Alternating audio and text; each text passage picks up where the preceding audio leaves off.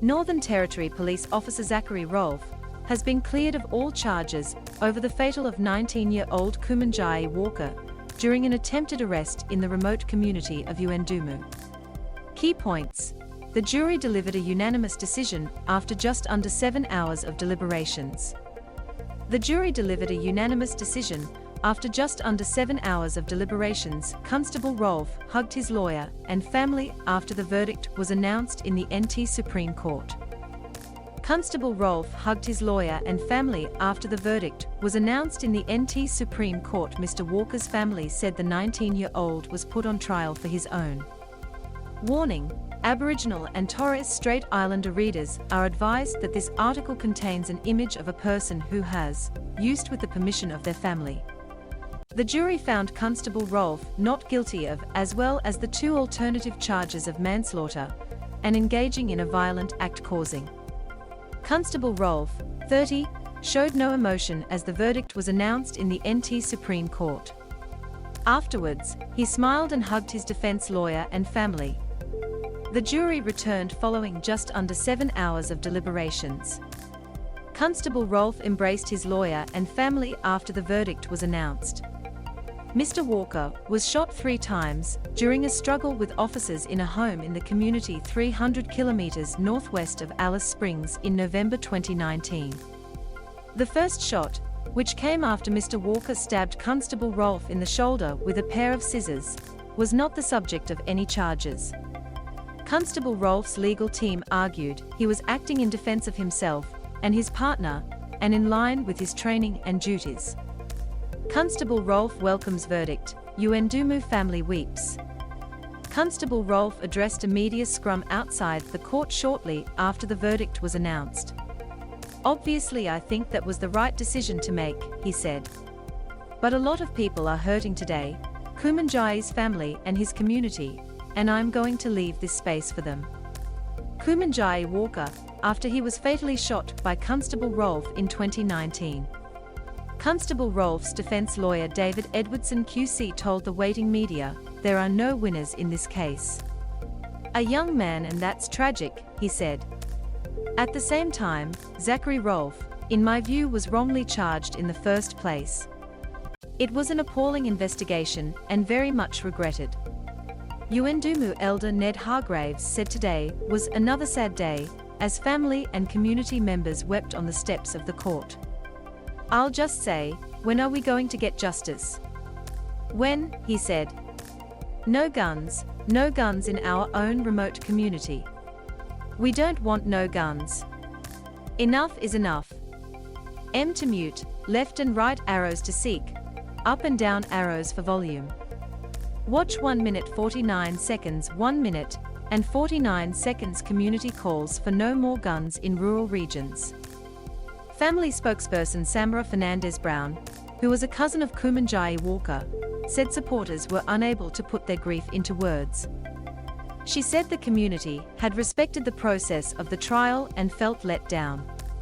Throughout this trial, Kumanjayi has been depicted solely as a dangerous individual, who, in the words of the defense lawyers, was the author of his own misfortune, she said.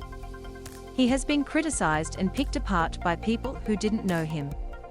They saw only his flaws and wished to put him at trial for his own. That is disgusting, and that's the system we live in. She said the family remembered Mr. Walker as a young man who loved animals, who loved his family, who loved his partner, his friends, his homelands, who loved music.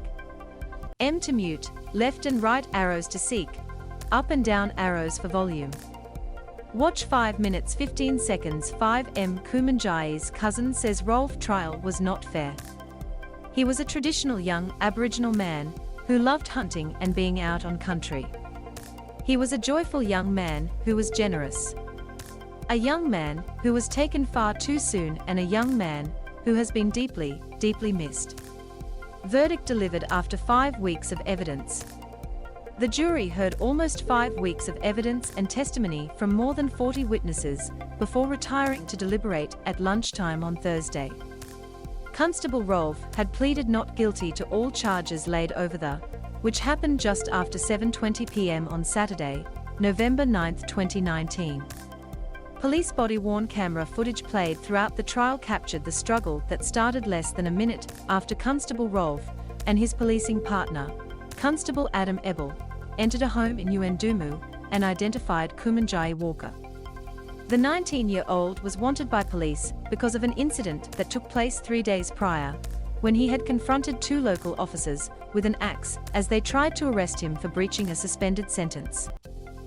Prosecutors agreed the first shot was legally justifiable because it came after Constable Rolfe was stabbed in the shoulder with a pair of scissors, and while Mr. Walker was on his feet and struggling with Constable Ebel. That took place in Yuendumu, northwest of Alice Springs, in November 2019.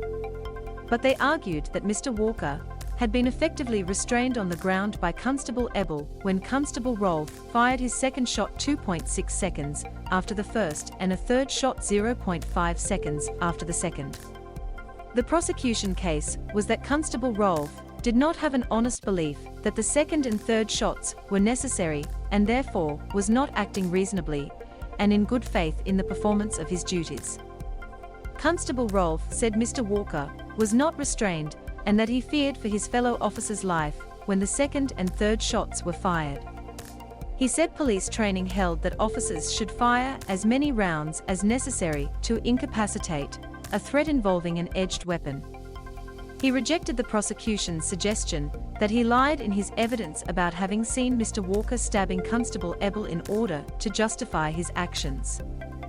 Mr. Walker around an hour after in the Yuendumu police station, where he was given first aid because health clinic staff had been evacuated earlier that day. Police Commissioner defends decision to lay charge.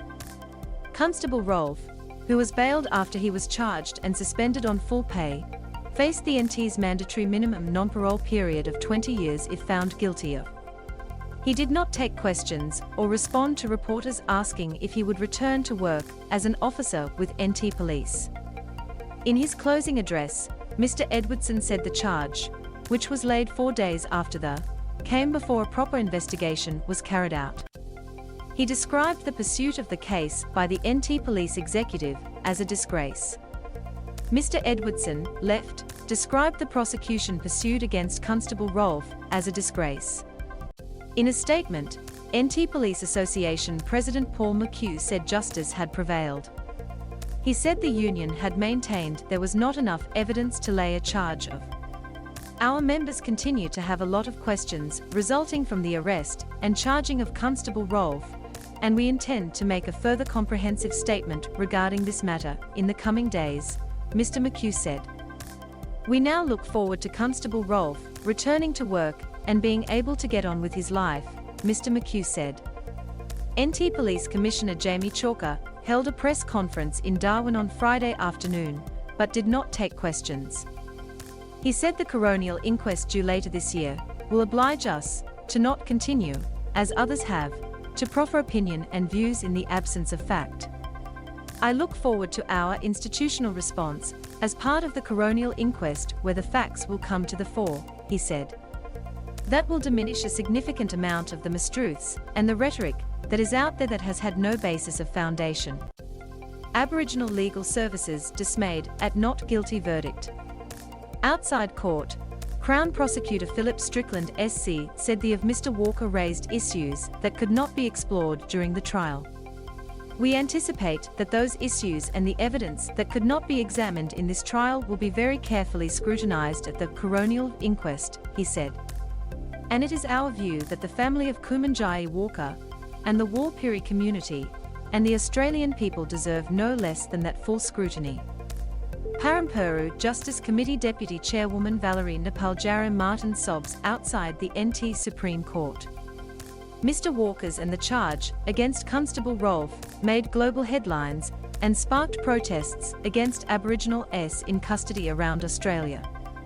Constable Rolfe was the first NT police officer to face trial over an Aboriginal in custody since the 1991 Royal Commission.